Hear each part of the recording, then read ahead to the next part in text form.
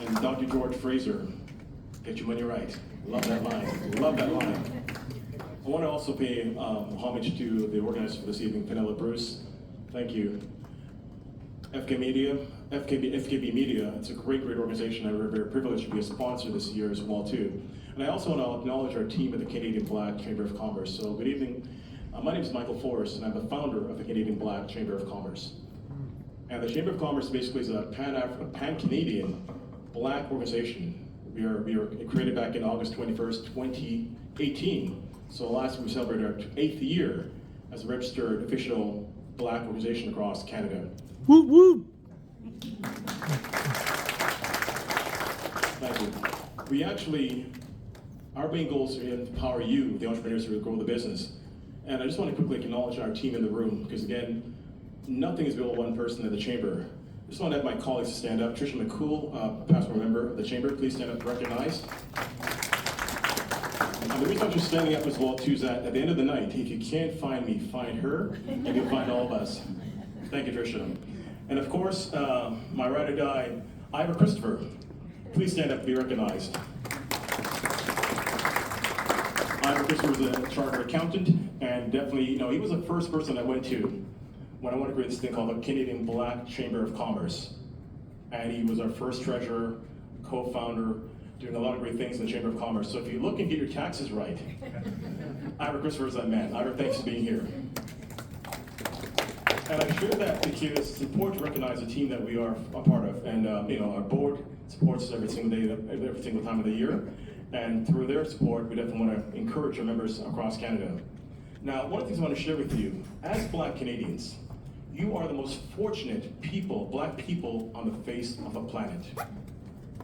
As Luke 12:48 says, to much is given, much is required.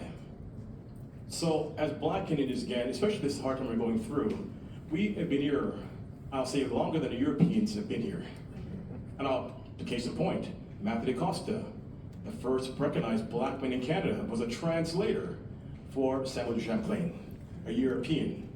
And of course, I'm sure back then, Babel was not around back then.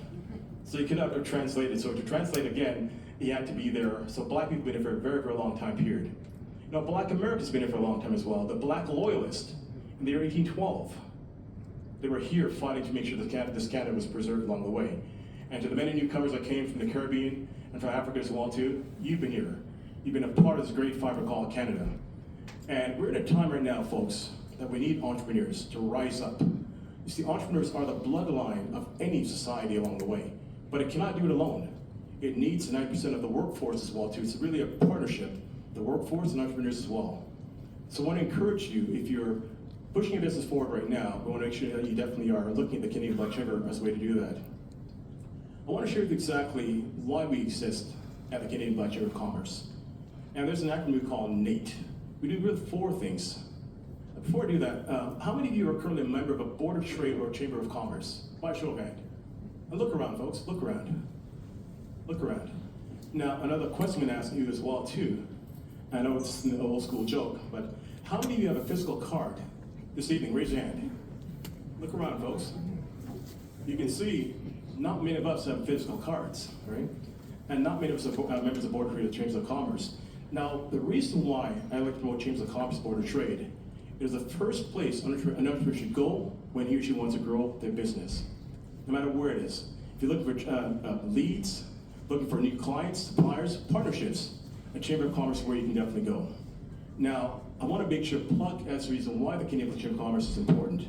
Well, one, we do 4 things. We network under the word NATE, and we navigate as well too. So if you look for access to anything at all, we can definitely guide you in the right direction.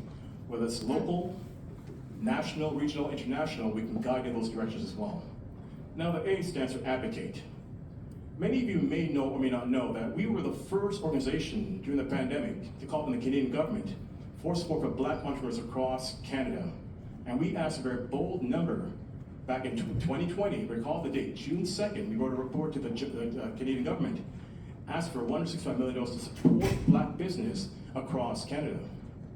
And also the Canadian Chamber of Commerce were one of the 5 groups that was there at the table at the very beginning of the founding phase. just so you know those factors as well. So we've been around for a while doing great things across Canada. Now the T in trade stands for, the T in Nate stands for trade. Are you trading within your community? Are you trading locally, nationally, cross-border-wise, and international as well?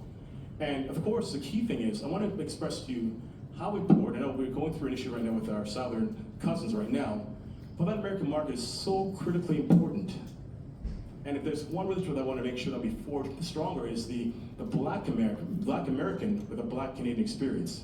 You know, there's almost 50 million Black Americans in the States, and we have 41 million Canadians in Canada.